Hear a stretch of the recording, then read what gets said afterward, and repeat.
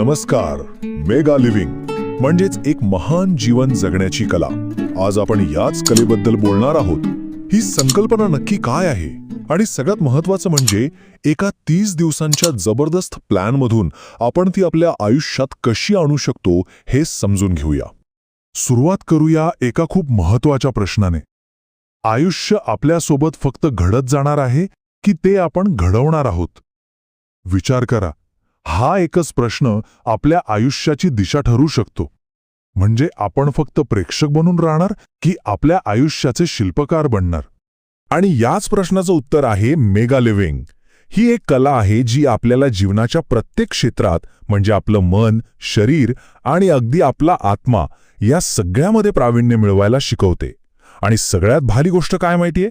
हे नशिबाचा खेळ नाही, तर आपण जाणीवपूर्वक घेतलेला एक निर्णय आहे. तर मग आपला आजचा प्रवास कसा असेल? बघा, सगळ्यात आधी आपण आपल्या मनाची आणि विचारांची ताकद समजून घेऊ. त्यानंतर शरीर आणि आरोग्याचं महत्त्व पाहू. मग कृती आणि चारित्र्य यांना एकत्र आणून थेट त्या 30 दिवसांच्या क्रांतिकारी प्रकल्पाकडे जाऊ. आणि हो, हे सगळं करताना आपली प्रगती कशी मोजायची यासाठी सक्सेस जर्नलवरही बोलू.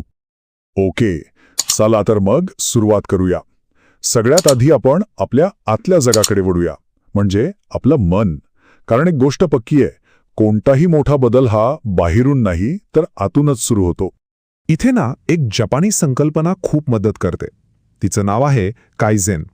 एकदम सोप्या भाषेत सांगायचं तर मोठमोठ्या उड्या मारून ध्येय गाठण्याचा प्रयत्न करण्यापेक्षा दररोज एक छोटंसं पाऊल उचला. सातत्याने.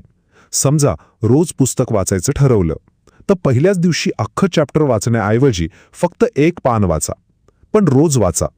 हीच कायझेनची ताकद आहे. छोट्या छोट्या पण सातत्यपूर्ण सुधारणा. आणि या छोट्या पावलांची ताकद किती आहे हे बघा. दररोज फक्त 1% सुधारणा. ऐकायला खूप कमी वाटतं नाही का? पण याचे परिणाम चक्रवाढ व्याजासारखे वाढतात. काही महिन्यातच स्वतःमध्ये एक प्रचंड मोठा बदल दिसेल. हीच आहे छोट्या दैनंदिन प्रयत्नांची जादू. म्हणूनच म्हणतात की टॅलेंटपेक्षा सातत्य जास्त महत्त्वाचं आहे. कितीही प्रतिभा असली, पण जर रोज थोडे थोडे प्रयत्न केले नाहीत तर काहीच होणार नाही. सातत्य हीच यशाची खरी गुरुकिल्ली आहे, नाही का? बरं, ही रोज छोटी पावलं उचलण्याची ऊर्जा कुठून येणार? ती येते मेगा थिंकिंगमधून. म्हणजे काय? तर आपले विचार मोठे ठेवणे, सकारात्मक ठेवणे. आपल्या विचारांमध्येच आपलं जग घडवण्याची ताकद असते.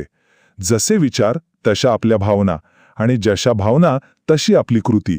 सगळं एकमेकांशी जोडलेलं आहे. चला आता मनाकडून शरीराकडे येऊया, कारण हे दोन्ही काही वेगळे नाहीत. खरं तर एक निरोगी मन हे निरोगी शरीरातच राहतं. त्यामुळे शारीरिक आरोग्य तितकंच महत्त्वाचं आहे. इथे खूप सुंदर विचार मांडला आहे. आपलं शरीर म्हणजे मनाचं मंदिर आहे, आणि नियमित व्यायाम तो तर जणू तारुण्याचा झराच आहे. विचार करा, आपण आपल्या मंदिराची जेवढी चांगली काळजी घेऊ, आतली देवता म्हणजे आपलं मन तेवढंच प्रसन्न आणि शक्तिशाली राहील. आणि मंदिराची काळजी म्हणजे फक्त व्यायाम नाही, तर आपण काय खातो हे सुद्धा महत्त्वाचं आहे. बघा, काही पदार्थ आपल्याला ऊर्जा देतात, जसं की ताजी फळं, भाज्या. आणि काही पदार्थ आपली ऊर्जा अक्षरशः खेचून घेतात, जसं की प्रक्रिया केलेले पदार्थ, जास्त साखर. सोपं गणित आहे. आपल्याला ऊर्जा देणारं खायचं की घेणारं हे आपल्याला ठरवायचं आहे. आणि काही तर इतक्या साध्या सोप्या गोष्टी आहेत ज्या आपण रोज करू शकतो. पुरेसं पाणी प्या, नैसर्गिक अन्न खा, आणि सगळ्यात महत्त्वाचं, पुरेशी शांत झोप घ्या. या 3 गोष्टी जरी नीट केल्या ना, तरी आयुष्यात खूप मोठा फरक पडतो. हेच दीर्घायुष्याचं साधं सोपं रहस्य आहे. ओके, तर आत्तापर्यंत आपण विचार आणि आरोग्य याबद्दल बोललो. पण हे सगळं कितीही चांगलं असलं तरी एका गोष्टीशिवाय अपूर्ण आहे, आणि ती गोष्ट म्हणजे कृती. कारण विचारांना सत्यात उतरवण्यासाठी कृती करावीच लागते. चला तर मग त्याबद्दल बोलूया. जे महान लोक असतात ना, त्यांच्यात एक गोष्ट कॉमन असते. ते ॲक्शन ओरिएंटेड असतात. म्हणजे ते फक्त प्लॅनिंग करत बसत नाहीत, ते कामाला लागतात. आजचं काम आजच करतात, पुढे ढकलत नाहीत.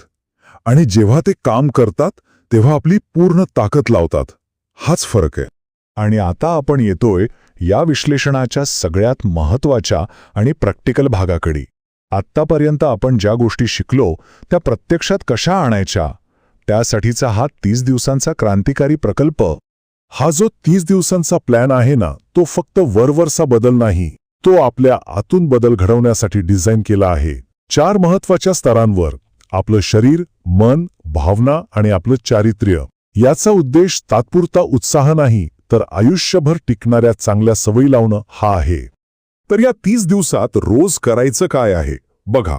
दिवसाची सुरुवात गोल्डन आवरने करा, म्हणजे थोडा वेळ शांतपणे स्वतःसाठी द्या. मग शारीरिक आणि मानसिक व्यायाम. सकस आहार तर हवाच, पण त्यासोबतच योगदान, म्हणजे इतरांसाठी काहीतरी करा. रोज कृतज्ञता व्यक्त करा आणि रात्री झोपण्यापूर्वी आत्मपरीक्षण करा की आजचा दिवस कसा होता. या 6 सवयी म्हणजे बदलाची गुरुकिल्ली आहे. पण आता प्रश्न येतो की हे सगळं 30 दिवस सातत्याने कसं करायचं?